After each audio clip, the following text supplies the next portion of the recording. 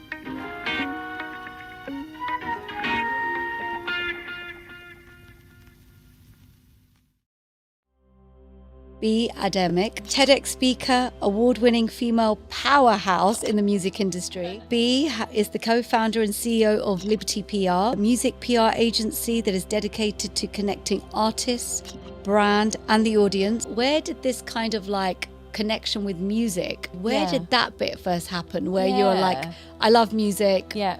You know, at some point you were like, okay, I think I can do something in music. How did that come about? I deep dived into the corporate world to begin my career.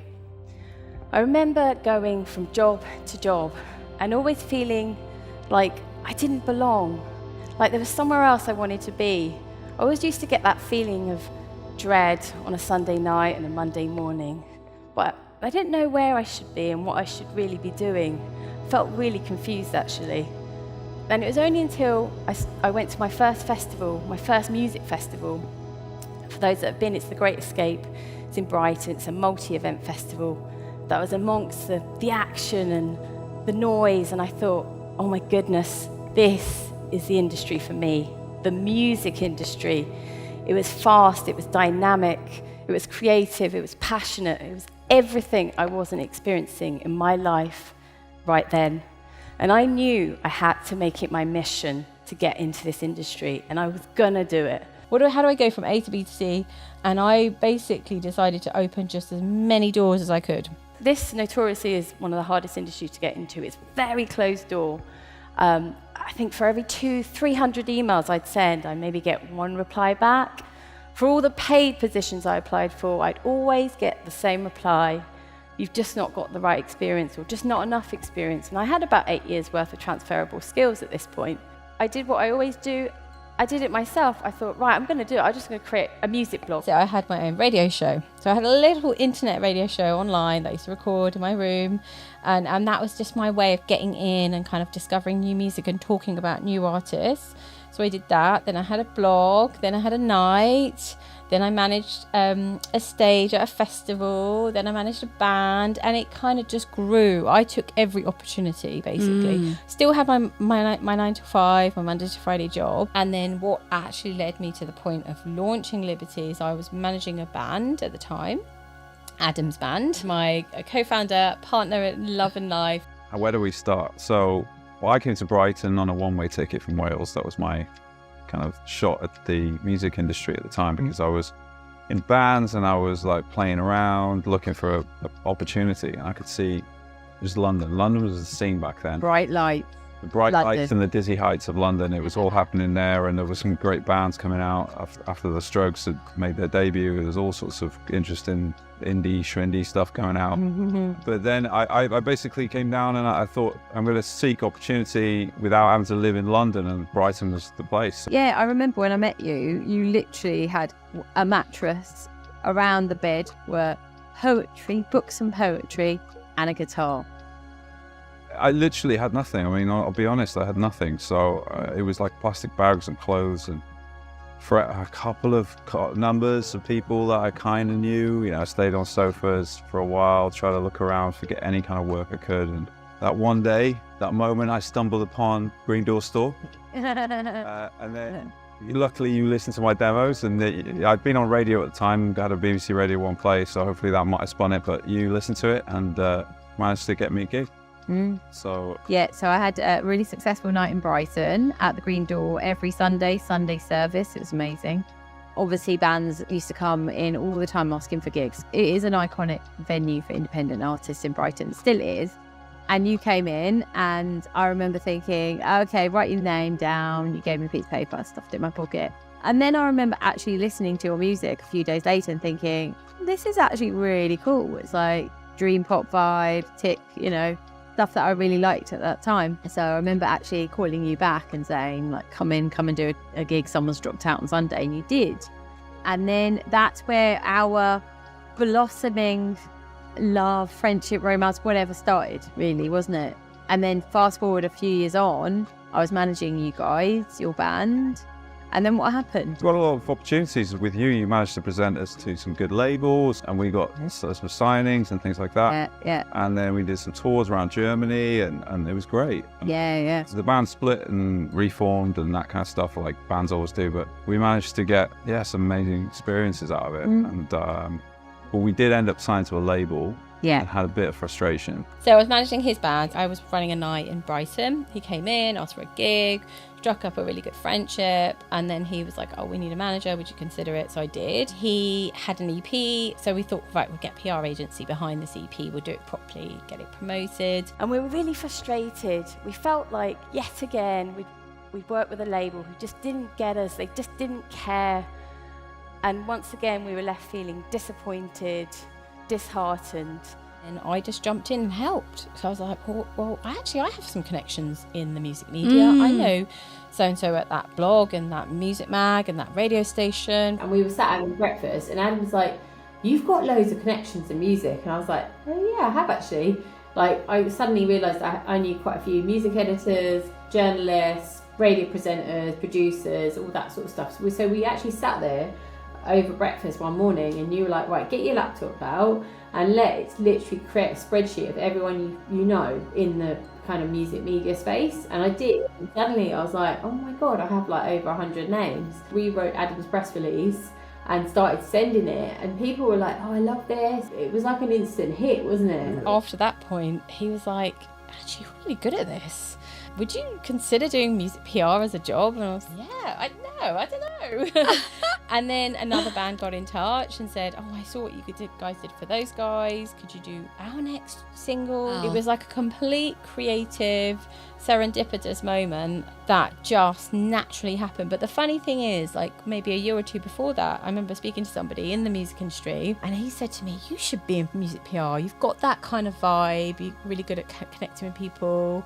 I think that would be a really good path for you. And it didn't, honestly, I didn't go, right, that's what I'm going to do. So not only was I about to embark on this brand new path into entrepreneurship and, founding a business, I was about to become a mother as well. As anyone can imagine, those months that followed were really hard work, not only dealing with the physicality of being pregnant, but also the fact that I had to work 10 times harder to really prove myself in that industry. I was underestimated, undermined and undervalued so many times for being a pregnant woman. And I thought, no, I've got to do this. I've got to do this purely for the artist, but also I had to do it for my daughter too. I'm really proud that I kept on going. And in those early days of being a mother, it was a crazy mix of breastfeeding whilst taking Zoom calls, and a mad, crazy mix of running up to London and, with my partner, my co-founder as well. We were sort of tag teaming with a baby. But we made it work. And the business, it started to grow and grow and grow. Sooner or later, more and more artists were coming to work with us. The word started getting around that we were creating a movement. We were creating an air of independence, and more people wanted to get involved. And that's where literally Liberty Music PR was born, and the kind of name and the sort of, freedom and liberating artists, allowing them to do what they want to do and without being tied down to a label and things like that. So that's kind of our mission and our manifesto.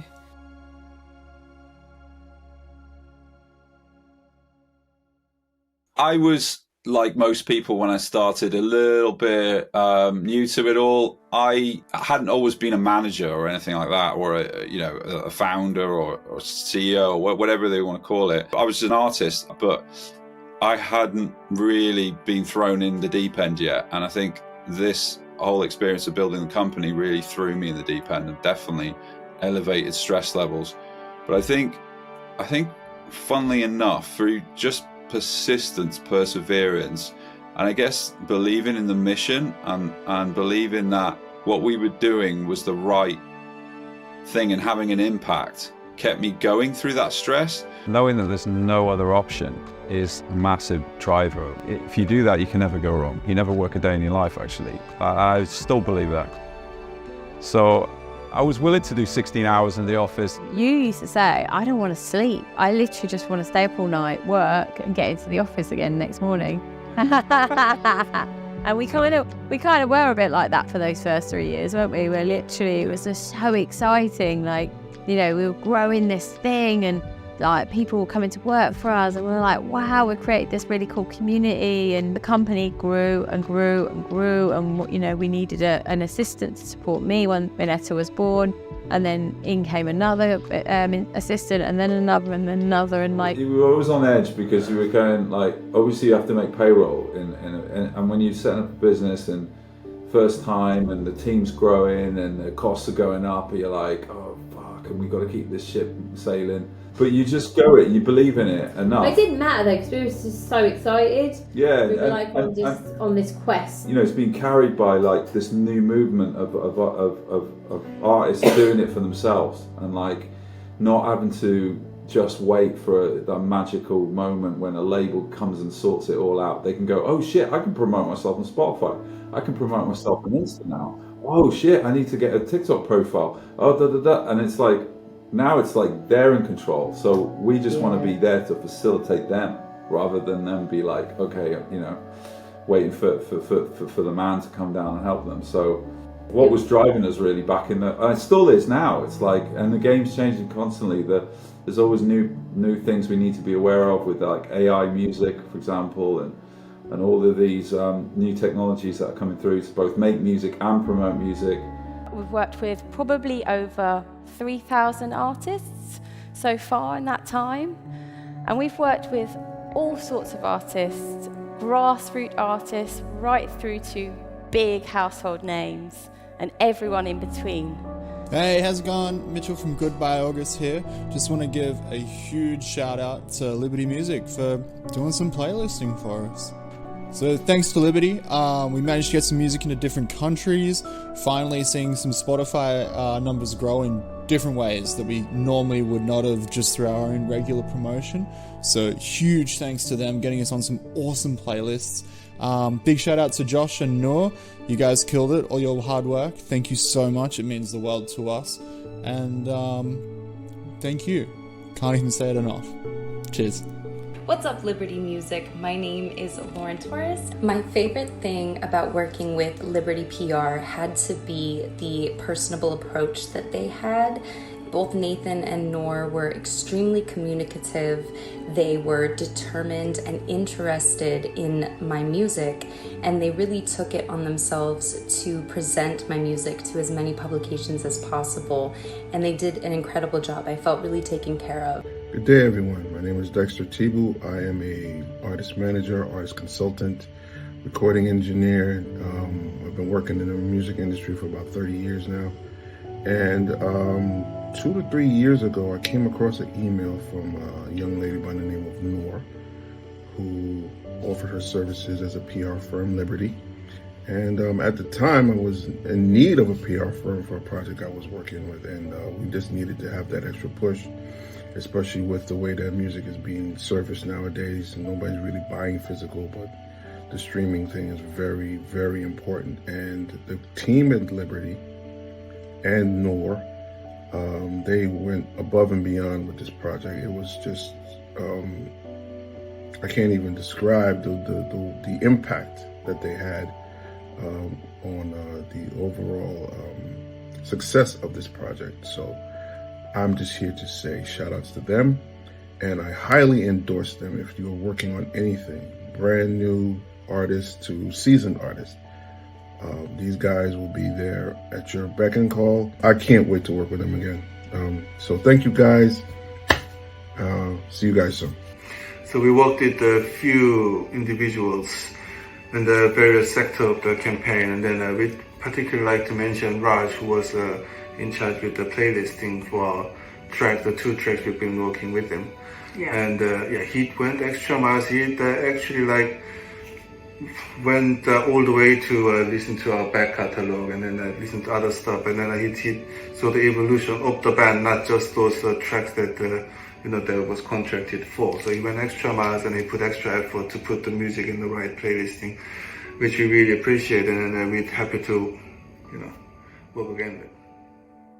So in the past we worked with a few other different PR companies, but what Liberty really stood out for was attention to detail, and then the personal care, as in we took so many meetings prior to the campaign, in the middle of the campaign, at the end of the campaign, the feedback, the goods and the bads, the pros and cons, and then the following campaign we did all the same thing, and there were lots of questions to fill in, but they were all put into use. It wasn't just for nothing.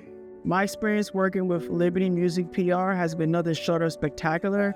I think I'm going on year 3 or 4 right now. I'm somebody who is an advocate of mental health. And when I first came to them, I didn't really quite understand how to portray that. Luckily, I got to work with Joy and Sherry, and they have opened my eyes to what it truly means to express who I am as an artist to people outside of my circle or outside of my core fan base. It's joyful collaborative.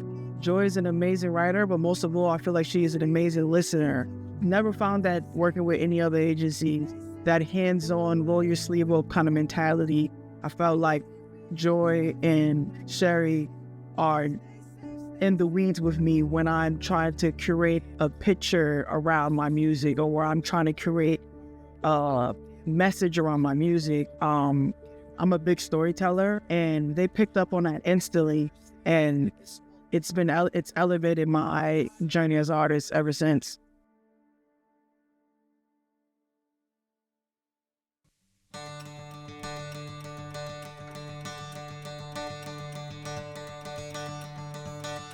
Yes, my people, it's Jerome from Liberty Music Podcast, and I'm here today with a very, very special guest.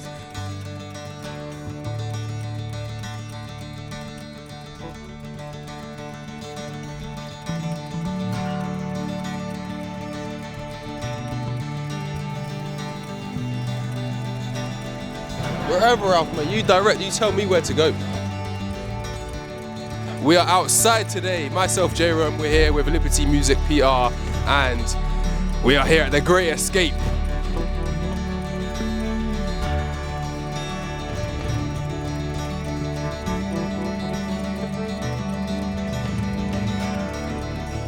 We've done so many things. We've created virality for so many of our artists on TikTok, on Spotify. We've created opportunities for them on some of the biggest radio stations across the UK. One thing I'm super proud of is some of the brand activations we've actually carried out.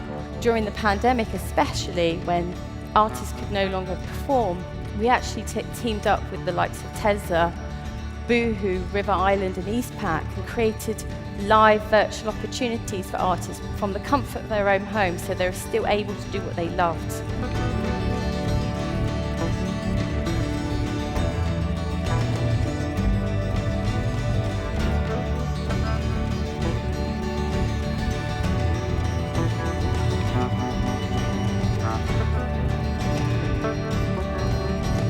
Find something that's broken, apply love, passion, grit and hard work, because it's a lot of hard work, I tell you.